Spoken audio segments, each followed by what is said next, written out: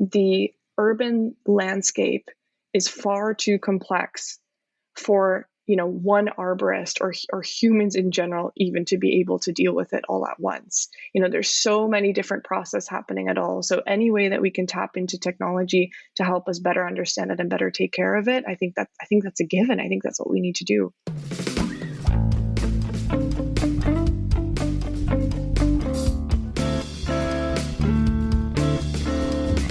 Welcome to The Green Urbanist, a podcast for urbanists fighting climate change.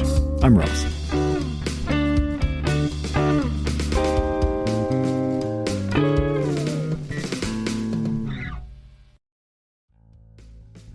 Today's episode is a conversation with Dr. Nadina Galle.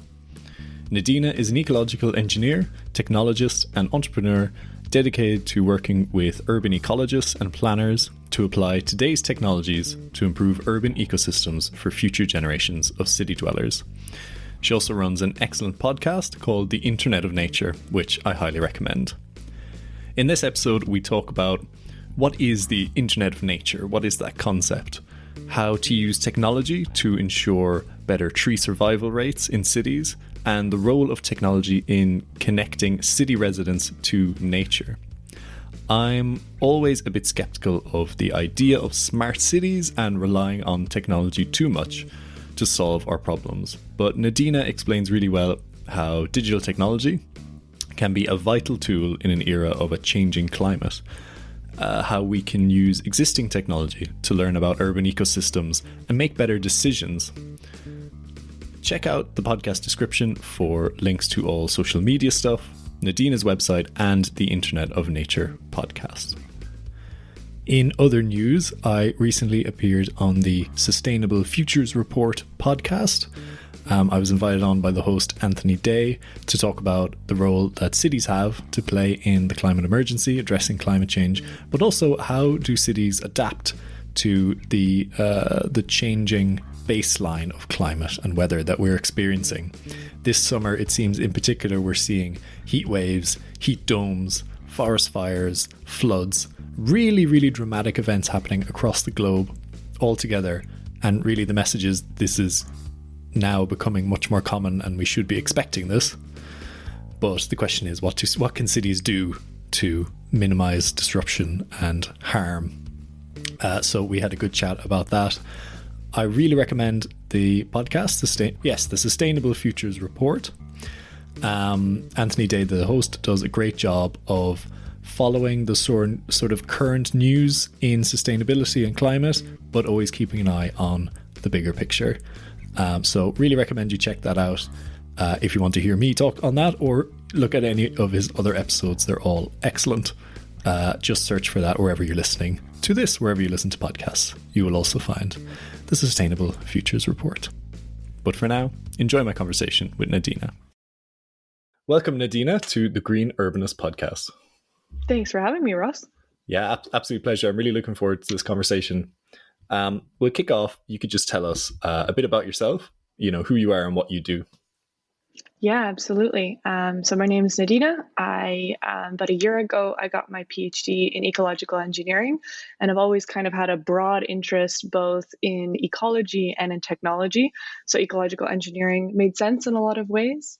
I grew up in a typical kind of North American suburb in southwestern Ontario in Canada, which I think is what started from an early age these questions that I had about this kind of, when you think about typical suburban sprawl and it kind of the way that it seems to encroach on nature, it kind of led to a lot of questions, even at a young age of, who gets to make those decisions and why do we go about urban development in this way? So I think that's always kind of looking back now, of course, I was never able to put it in such eloquent terms perhaps then, but now looking back on it, it kind of makes sense that I do the work that I do, which is very much focused on looking at, how can we apply all of these typically known as smart city technologies. How can we apply those rather to, what we know them for waste management and mobility and lighting? How can we actually use those to both better monitor urban nature and also reconnect people to it?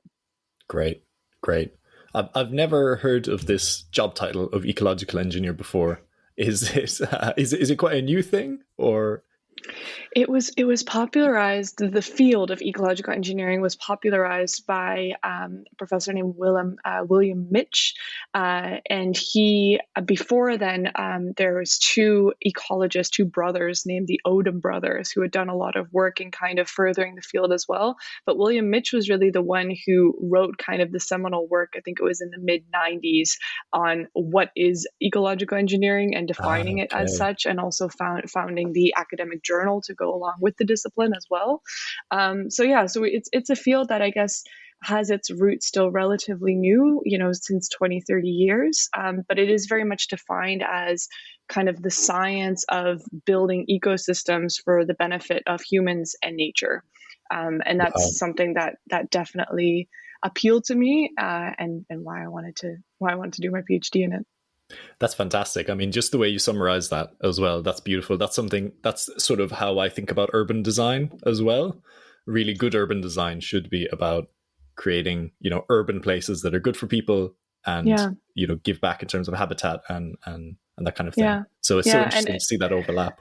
it's in the name, right? I mean, ecological engineering, it's kind of the balancing of, the best of these worlds. It's not, full ecology, which I feel like tends to look at humans as something that need to, Mm. fit into the ecosystem as a whole. And as much as humans are just one of the many species that we share planet Earth with, they do have, unique needs and a unique kind of infrastructure that we want to live in. And, on the other hand of that, engineering is, of course, the very man-made artificial approach to creating those Yeah. ecosystems for humans. So I think trying to find that balance somewhere in the middle is really beautiful. So that's why it appealed to me. Marvelous. I heard about you originally through your podcast, which is called The Internet of Nature, which is really good. I recommend people obviously listening to this podcast. You will probably enjoy it, and I'll leave a link to it in the show description. But if you could maybe just tell us, what is that concept, the Internet of Nature? What does that mean to you? Yeah. So when the inspiration started for it very much with the works of many different scientists that have kind of popularized this concept of the wood wide web, this Oh idea yeah. that forests are these, interconnected systems that communicate through that plants, and some 90% of all plant species create these kind of mutual relationships between fungi and their roots, in which they're able to trade and barter carbon and nutrients, but also share information. And that idea, these mycorrhizal fungi networks was absolutely fascinating to me throughout my journey of studying ecology. But then when I got more focused on the urban side of things, I noticed, I kind of wondered, what happens to that network when we plant greenery in cities. And as it turns out, Mm. that network is often disrupted. So Ah, I okay. think we have this responsibility as people, if we choose to plant trees, plant greenery, and want to have nature in our cities for all the benefits that it gives us, we also have a responsibility to care for that greenery as best as we can. And if that biological communication network is disrupted, perhaps technology could be our tool to be able to plug into that network so we Mm. may better understand what greenery needs from us and how we might be able to better help it. So that all in conjunction with this realization that the smart city movement, despite it, having rapidly kind of changed the way that we live and operate as cities for the past 10 to 15 years, all of its applications have been very much focused on, as I mentioned earlier, transportation, traffic congestion, mobility, waste management, Mm. even the way we vote to the way that we order food. Everything has kind of undergone a digital transformation, but the Right. very ecology, the very natural capital on which our cities rely, have kind of been excluded from that digital movement. And I very much want to take nature online, and that's how the name, the Internet of Nature, came to be as well. It almost seems like a contradiction in terms. Is this, nature with technology? It seems like they're on opposing sides. Mm, And I think that's why I find so intriguing about it, because I have been, we'll say, I haven't been the biggest proponent of the smart city movement, because I feel that it won't solve all of our problems, and for many of our issues, you have to turn to nature. And you know, a lot of the solutions are there within natural systems. We just need to, you know, tap into that. So I'm fascinated by this. You know, what do you do to apply technology to nature in cities? You know, what are some of the applications? Yeah, I agree, and I think it's kind of best because I agree, and that's also very much part of the Internet of Nature is nature first and technology second, and it's Mm, basically, it's very much I very much want to use technology in a way that helps us better understand nature so that nature can do what she's best at and be able to, whether it's filtering stormwater or filtering the air or providing a buffer for so many of different human activities. We don't fully understand everything that nature is capable of, mm, and technology is able to better help us understand that. So a very concrete example might be the use of soil moisture sensors. So okay. we know that, in order to build, a future proof climate resilient cities, having trees in our cities is absolutely crucial to making that happen. Not just maintaining the existing trees, but also planting new trees, as many cities have fallen behind on tree targets, and their canopy continues to decrease every year. Right. Planting new trees is going to be an important part of that. The question is, how can we make sure that those newly planted trees actually stand a chance at surviving these harsh urban conditions? Um, we did this little experiment in the Dutch city of Maastricht, where we were working with a tree care manager who had planted new trees in two different locations. In the one, he used soil moisture sensors, and then the other one he didn't. And this tree care manager, this arborist, he'd been in this field for 50 years, and he's like, Okay. I've developed a sixth sense for watering trees. What are sensors going to be able to tell me that I don't already know? Which is Right. a very common narrative across that field. So, that we did it for 2 summers, 2018 and 2019, which also happened to be absolute scorchers in the Netherlands as Mm, well as the rest of Europe. We were dealing with multiple really intense heat waves, which of course are disastrous to humans, but also to trees. The thing is that trees can actually deal with heat quite well, but only if they get enough water. The question is, how can we ensure that they are right. getting enough water? So, anyways, in a nutshell, we had these two different sites: sensors, no sensors. And what he found after those 2 summers was that in the non-sensor location, he gave water in the way that he always did, based on intuition. And in the sensor location, he let all of his watering decisions be based off of what the sensors were telling Right. him.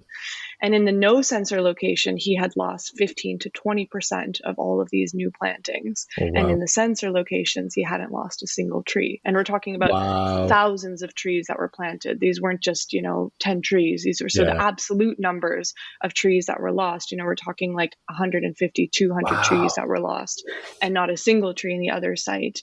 And I think I really kind of went on this journey with him to kind of really, I mean, he was absolutely humbled by the Right. results as well, right? Yeah. But also, just for me, what I think the most important thing that I learned from it was, the next summer in 2020, he doesn't necessarily need the sensors. He understands now in what kind of conditions Mm, there needs to be more water given, and how much water. And I think that's kind of the thing with sensors specifically.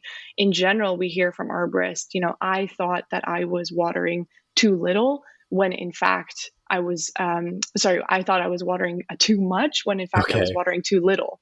And I Right. think that's kind of humbling to a lot of arborists that think that, intuition is enough. I mean, the thing is that, our urban ecosystems are changing so rapidly, and the needs are changing on an almost daily basis. So being able to use a technology to better understand what we need to do, I think can really help us move forward. That's fascinating. That's really interesting, and I think it's really important that there was that learning exercise as part of it as Mm, well. Because I guess one risk that you might expect from this is if we become over reliant yeah, on having sensors and everything, and then of course if it fails, yeah. what do you do? No one has the intuition anymore to know when to water. So it's great that you can have people, professionals, who are open to it and will learn from it and take that on board. Yeah. Uh, Yeah, I Brilliant. think that's key in balancing it. It's not about, it's about empowering people with the knowledge to take better care of these ecosystems. And technology is simply a kind of a, I feel in ecology, a forgotten tool to be able Mm, to do that better. yeah, yeah. Yeah, it is shocking when you see the figures of any major city. The kind of the trees that fail or the trees that have to be felled. Yeah. Is it because, I mean, is watering one of the main causes, or is it to do with the soil not being right, or what?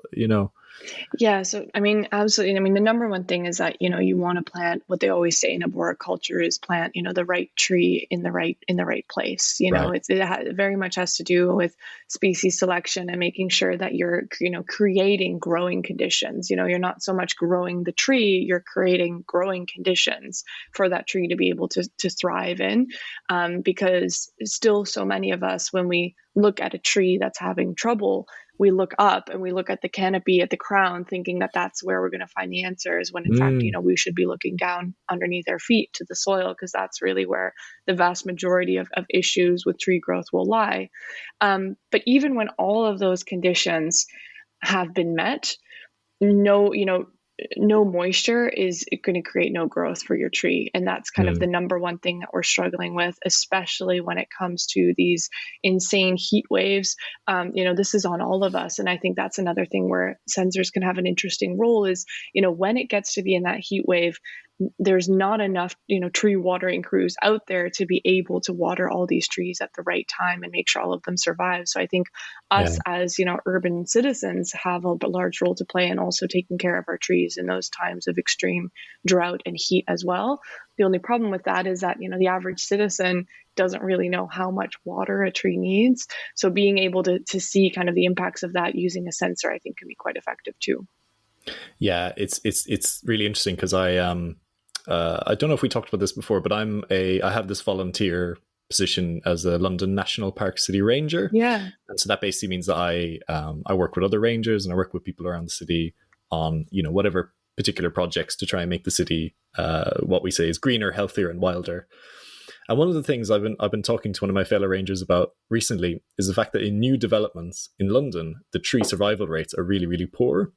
And Mm. part of it is that they get planted and they don't get the continuous watering that they need, Yeah. Yeah. particularly during hot summers. And we were saying basically there's an issue because there are local residents who want to get involved and water the trees, but they don't Yeah. have access to water outside or free Yeah. water. So people have to, maybe they're on the fifth floor of an apartment building, they have to fill up a bucket with water, carry it down the stairs, and it's just so much hassle that, of course, people end up not doing it. Yeah. And so we were saying, wouldn't it be brilliant if we just had rainwater collection barrels Yeah. publicly available, and you just had a community group who want to do this anyway, and who take turns going out and watering the trees. That's Yeah. like such a simple solution, low tech solution. Yeah. Gets people involved closer to nature, and it also helps people survive. It also reduces using potable water. Yeah. It's one of these Yeah. simple things, but it's like people don't think to do it. You have to go and make the case for it. For sure, for sure.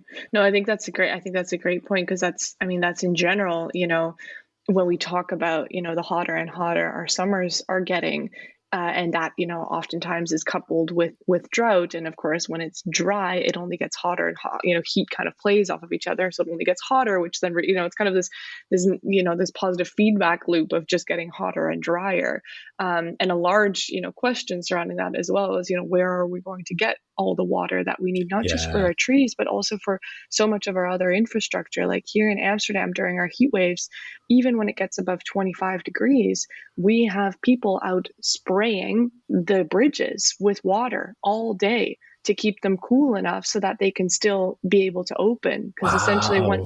and I think it's important to remember that, so many of the cities that are getting hotter now aren't built for heat. It was never Mm, supposed to be these temperatures in these cities. So you have people spraying bridges, spraying streets just to keep the asphalt from buckling in yeah. Portland and Vancouver, where of course we saw nearly 50-degree temperatures at the end of June just this past summer. streetcar, like tram cables were melting. Oh my And so they god. basically they had to stop operating the trams, which had a huge impact because those same trams were transporting elderly and vulnerable people to go to cooling centers. So I mean the ripple effects that a heat wave can have in a city are just are yeah, we haven't fully even mapped what that looks like, and every time it hits us by surprise. Yeah. But what I wanted to say was this importance of water. I mean, water is kind of the key to keeping everything alive and functioning. Not Yeah. only us, but our whole infrastructure alive and functioning during those very hot times. So, figuring out ways that we can collect these surpluses of water in times of big rainfall is definitely an important key part of the solution, I think. I wanted to ask you about, so we covered the sort of soil monitoring aspect of it. There was something else you mentioned when we had a chat before, which was about plant identification as well. Yeah. I think that's another kind of when we think about these key issues that urban residents are facing, and you touched upon it briefly already, is this disconnection with nature Right. and feeling like, nature is something that you need to visit at some point to Yeah. recharge and restore, but it's not something that the average person can have access to when living in a dense urban city. And I think that's why the London National Park City campaign is so beautiful, because it does just that. It provides nature access to people that might not otherwise be able to visit nature as such. And I think a large part of that is that disconnection of nature. I think the key way to build empathy for nature is to increase our understanding of nature. There's still, I mean, there are all these like horrific statistics that I could list off. Like there was a study that showed like kids in the States were able to identify, 1,000 different corporate logos, but only list a handful of native plant and animal species. The statistic that Oh, the 75% of British kids spend less time outdoors than a British inmate in prison. There's just so many yeah. statistics when it comes to just the lack of time that children even spend outdoors. And I think one of the ways to kind of help facilitate that and to kind of rediscover what this connection to nature would mean is to, again, build that understanding. So plant identification apps, I think, which is essentially an app that helps you identify different plants, but there's also for fauna as well that are out there. iNaturalist, for example, is a really good one.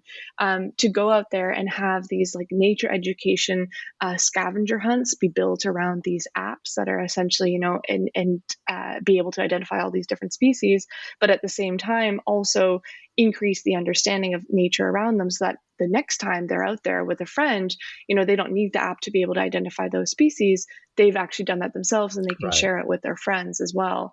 And it's not just about being able to identify what the type of species is, but also learn about it as well. This is a native species, or this is an exotic species, and what that means. This is a species that needs a lot of water. This only flowers here. This only blooms here. This we only have this species in England, for example. Like I think that can do Right. so much in terms of getting people outside. And then people might say, okay, yeah, but they're still behind a screen. Yeah, but they're using that screen for an educational purpose. I mean, it's not really that much different by then coming outside and having a whole library of botany books with you. I mean, you're more or less doing the same thing. And again, it's about kind of creating that understanding so that the next time around they don't actually need a screen or an app to be able to share that knowledge.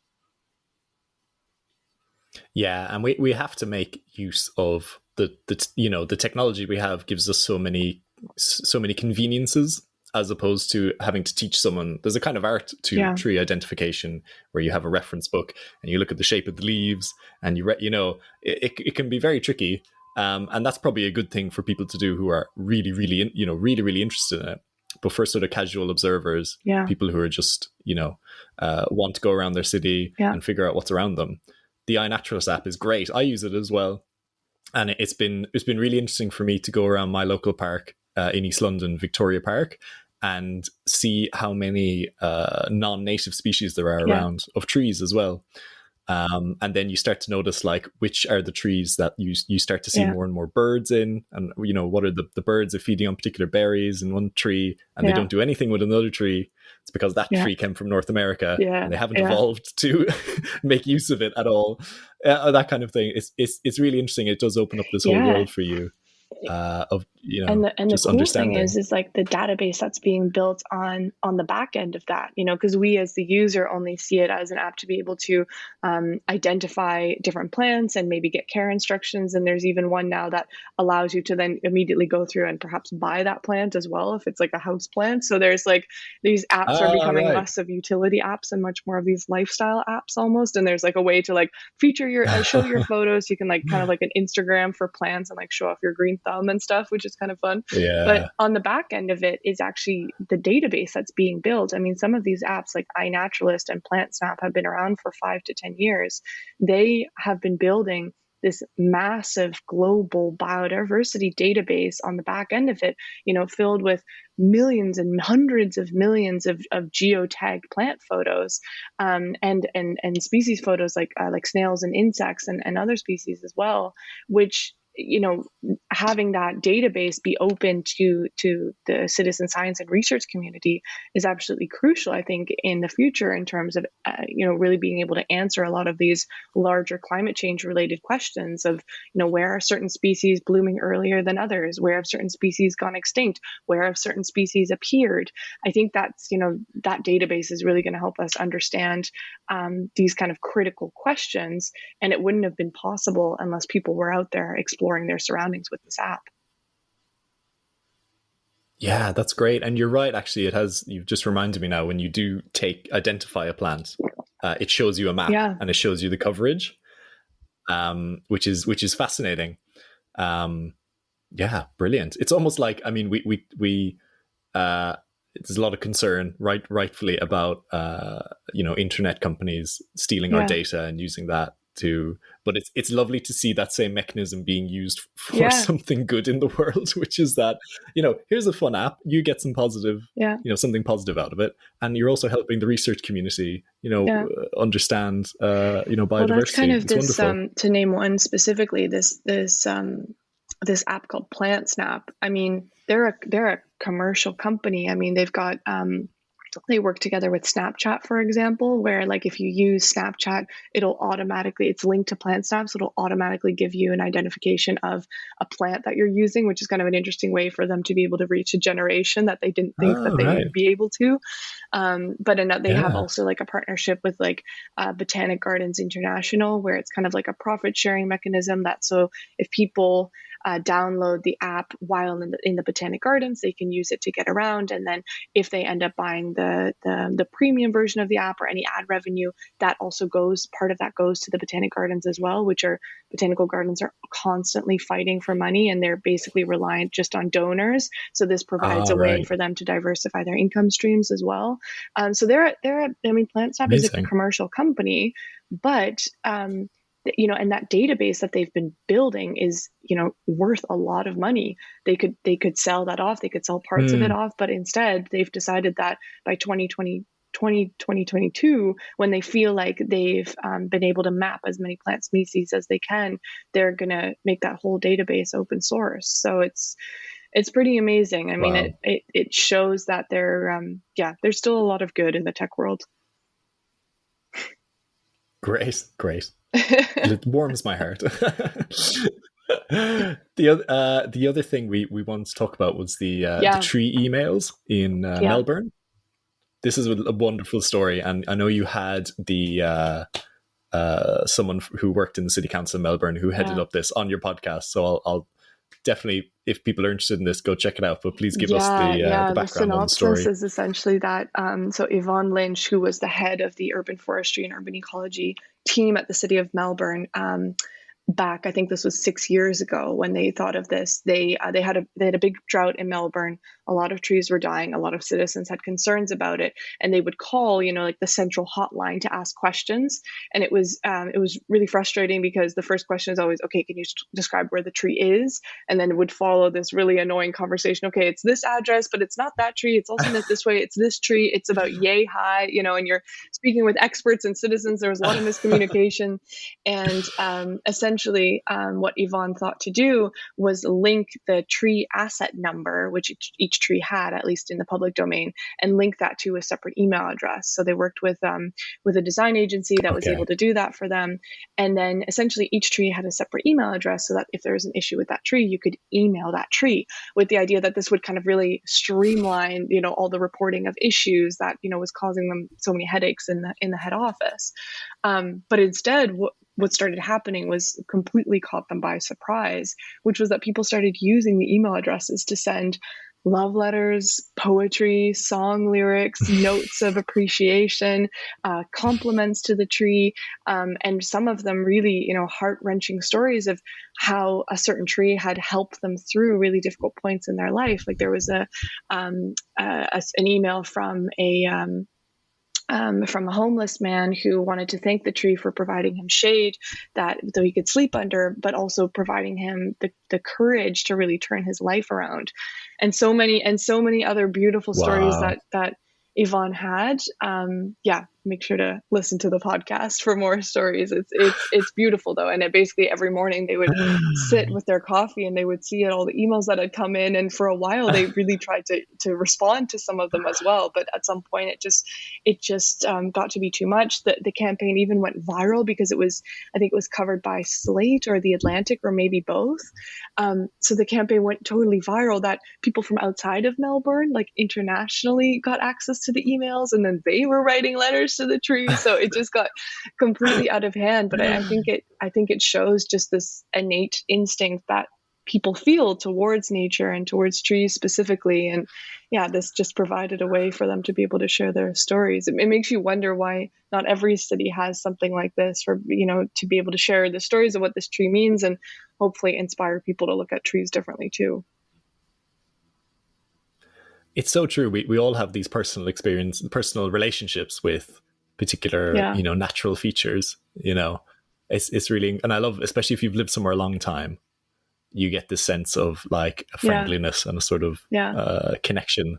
And I love that it's something that is so often left unexpressed because it's a difficult thing to just talk about in normal conversation without seeming like you're insane or a crazy hippie. So I love that this gave people an outlet where they kind of a safe space where they could just express their love for nature. There was another great, like, speaking of like, maybe we should call it like Internet of Nature tech enabled, experiences with nature, because I think it's like, the stories were there. People didn't need technology. The stories were there, but they needed technology to be able to share those stories and to be able to inspire so many other people to do the same. Right. I mean, I had the similar experience with, like an immersive audio tour that a theater company called Play Productions here in Amsterdam set up. And essentially what they did is the founder of the theater company, Puk van Dijk, she interviewed about 15 different of her neighbors in this very quickly gentrifying neighborhood in Amsterdam North, which has previously been characterized with a lot of industry, a lot of drug use, a lot of poverty, but also the amount of beautiful large trees, because development there has always kind of been at a bit of a standstill until recently. So the trees were very much preserved in that part of the city. And now with, gentrification and the rise of development there, the trees are very much under threat. So she interviewed all of these different neighbors about their lives and how they dealt with, such rapid changes in the city. And out of that came kind of 6 core themes. And then she chose 6 trees to actually represent those stories and to tell those multiple stories, but through the lens of one tree. So, but again, it was totally tech enabled. So you had this audio tour that was not the typical audio tour that you might think of, where with each stop you have to scan something and then it starts talking to you. This one was based around this technology called geofencing, which is essentially where you take a map, you build a circle, you Mm. draw a circle around whatever you want, the object that it is that you want people to hear about. And then when you, with your phone, with GPS, walk into that circle, it immediately starts talking to you. So it's this experience where this Oh audio wow. tour is about an hour and a bit long.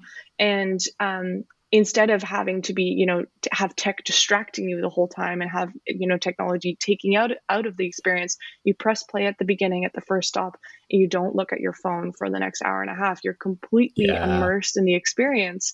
And it was incredible. I mean, some of these stories that the trees were telling me, absolutely brought me to tears, because it's based on all of these real stories, but it's being told to you from the lens of this tree. And one of these themes was the loneliness, and the tree that was telling us this story was this tree that was all by herself in the middle of the square. And she was this beautiful, 50-plus-year-old oak tree that had this beautiful big crown, except that, she used to be able to get in touch with her neighbors, which are on the other side of the street. But ever since they expanded the street and built out the roadworks, the soil was so compacted that her roots were no longer able to communicate, to visit her neighbors Mm. on the other side of the tree. So she'd lost touch with them. And in that case, she became incredibly lonely, which of course was a theme that many elderly and vulnerable populations felt within that neighborhood as well. So the parallels, I think, between what trees are feeling and what humans are feeling. And of course, we have to be careful that we don't anthropomorphize trees too much within this. But I think a little bit Right. of anthropomorphizing trees can actually help us better relate to them, and therefore become better stewards for them as well. Mm. So, and this was just one, tech enabled way to be able to tap into those stories. Yeah, well, it's like you said earlier about trees are Yeah. social creatures, which is kind of a relatively new discovery, I think. And if I'd invite people to read a great book called The Hmm. Hidden Life of Trees. I can't remember the name of the Peter author. Maybe Wohlleben. you know it. Yes, yeah. Fascinating book, and it's all about how exactly. It's all about the Internet of Nature, Yeah. basically this network of how trees communicate together. We've kind of covered this question, but I thought I'd ask it again just in case there's more you wanted to flesh it out. Which is Mm. basically, we talk about some of the applications of technology for urban nature, but in your mind, what's the role of this in dealing with the climate crisis and with ensuring sort of greater resilience and sustainability of our cities? Yeah, I think it's multifaceted, but I think it kind of falls into two distinct categories. I think on the one hand, technology has an important role to play in better understanding how we can take care of our urban ecology in times of a changing climate. Mm. We used to be able to fall back on traditional knowledge, which was, you plant a tree, you water it, every week, every 2 weeks or so, until it's about 2 to 3 years old. Then you wean back a little bit. You take it, you keep a good eye on it for about 1 to 2 years, and then it's good, and then it's self-sufficient. And of course, there was always a little bit of a mortality rate, but I think we've kind of seen that. Across not just trees, but all kinds of greenery, so many of these planting initiatives fail because we are in, either we're in a super dry, hot Mm. situation, or we're in a, completely water surplus situation where we're dealing with extreme rainfall, like we've seen the past couple of weeks in Germany and in Belgium and in parts of the Netherlands as well. So we're dealing with these extremes, and extremes are never good for growing Right. trees. So being able to use technology as a way to understand when, for example, moisture is too high or too low, I think is kind of a critical way to understand, or to better understand, the new trees that we plant will actually make it in these times of changing climate. So I think that's one. But on the other hand, I think is a lot more deep, which kind of looks at the role of technology to help people better understand nature around them, and therefore better reconnect for it, and therefore build more empathy towards it, so that we kind of really learn that, nature is such a critical component of our new urban environments, and it's exactly what we're going to need to ensure that not only us, but our cities and our infrastructure is going to be resilient to, the climate impacts that are to come. So I think it's kind of, on the one hand, using technology to better monitor the spaces that we Mm, have and better take care of them, and on the other hand, use it to actually build empathy so that we as people prioritize and realize how important these spaces are. that's really fascinating. Yeah, this idea that we have to be much more um, responsive to the changing climate, and that there's this Yeah, understanding now that things won't be the same as they have been in terms of our the local weather that we're getting. So yeah, possibly falling back on yeah, technology is the only way to mitigate some of those problems. yeah. I mean, there was a British arborist that said something to me that I've never forgotten. He said something along the lines of, the urban landscape is far too complex for one arborist or humans in general even to be able to deal with it all at once. Right. There's so many different processes happening at all, so any way that we can tap into technology to help us better understand it and better take care of it, I think that's a given. I think that's what we need to do. Before we move on to the final question, I just wanted to ask: is there anything that you wanted to bring up, maybe that I didn't forgot to ask you about, or anything else you wanted to cover? mm, I think one kind of important component when it comes to speaking about urban ecology as a whole is that I think the vast majority of people still don't understand just how much greenery we're losing on an annual basis. Okay. There was a big study that came out in the States about 2 years ago that showed that we're losing the equivalent of about 36 million urban trees per year, Oh, which sounds like a lot. It equates to about a 1% loss in canopy cover every single year. And okay. 1%, of course, doesn't sound like a lot. But on the flip side of it, we're also growing our impervious surfaces, so asphalt and buildings and roads, also at a rate of 1% a Mm, year. So, and about 40% of where new asphalt, new impervious surfaces is coming is in places where trees used to grow. So we're talking about, clear cutting certain areas, putting down asphalt, and it's not just about the loss of trees. I mean, I speak a lot about trees because they're kind of the ubiquitous, conspicuous element of urban nature. But it's also just about the lack of open space right. in general, and that's not just ecologically important there for there to be places for extra water to run off, but also just for children to be able to play and for us to be able to enjoy and to restore. They're really important. So we're speaking of definitely a decline in the amount of open space that we have in general, but also, a huge struggle that we have to create all of the new housing that's required and necessary, all of the new development. And I think it's about time that we start asking, not, how bad is the impact going to be of this new Mm, development on the ecology, but instead asking ourselves, how good can we make it? What are creative ways that we can think about addressing both the need for green space and also addressing the need for more housing? I think there's a lot of creativity that we can see here, whether it's the reuse of office buildings that are not as necessary anymore, the reuse of older buildings, the reuse of modular and flexible living. There's so many creative ideas, and we have a lot of really creative architects to thank for that, and urban designers to thank for that. And I think I'd love to see more urban designers and architects and ecologists come together yeah.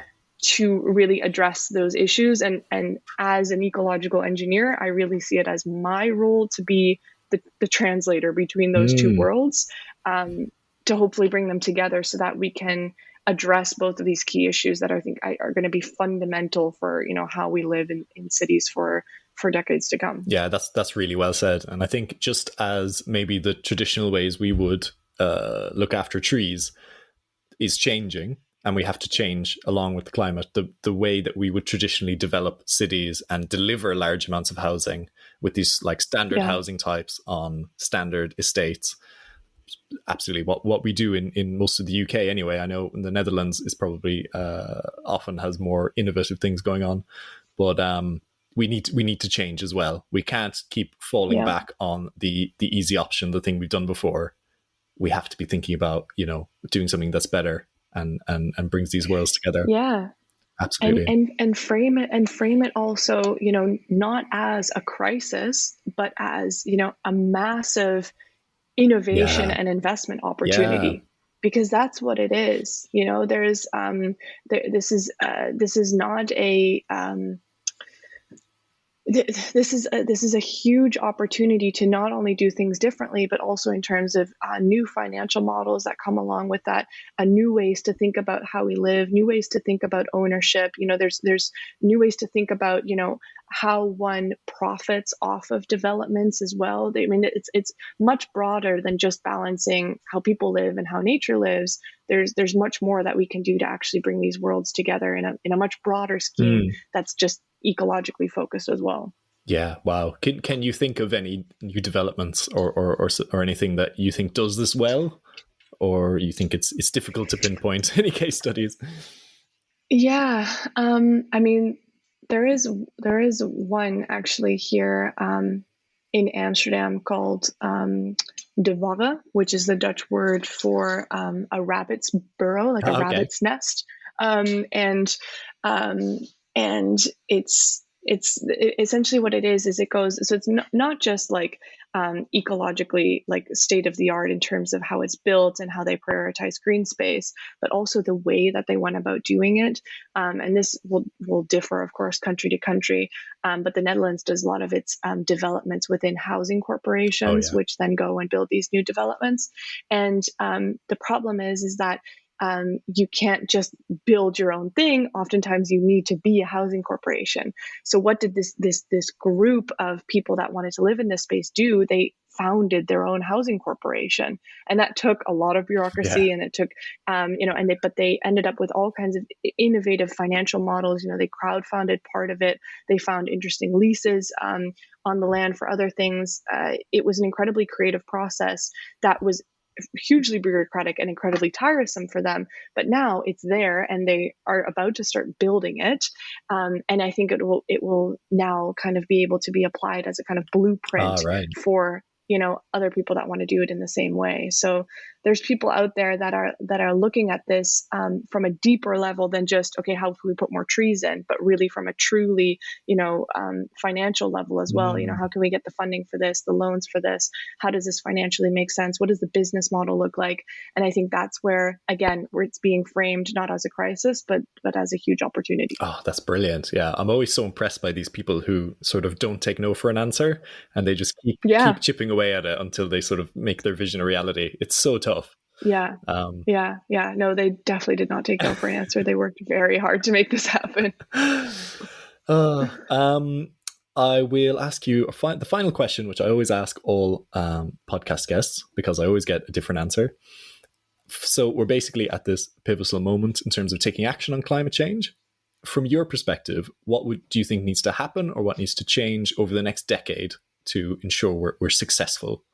I'm inclined to repeat myself because I think a key part of this is very much in terms of how we frame it. And I think in a world of the Greta Thunbergs and the climate anxiety and the climate crisis, I don't necessarily think that that's very valuable vocabulary to use around some of these Mm. issues.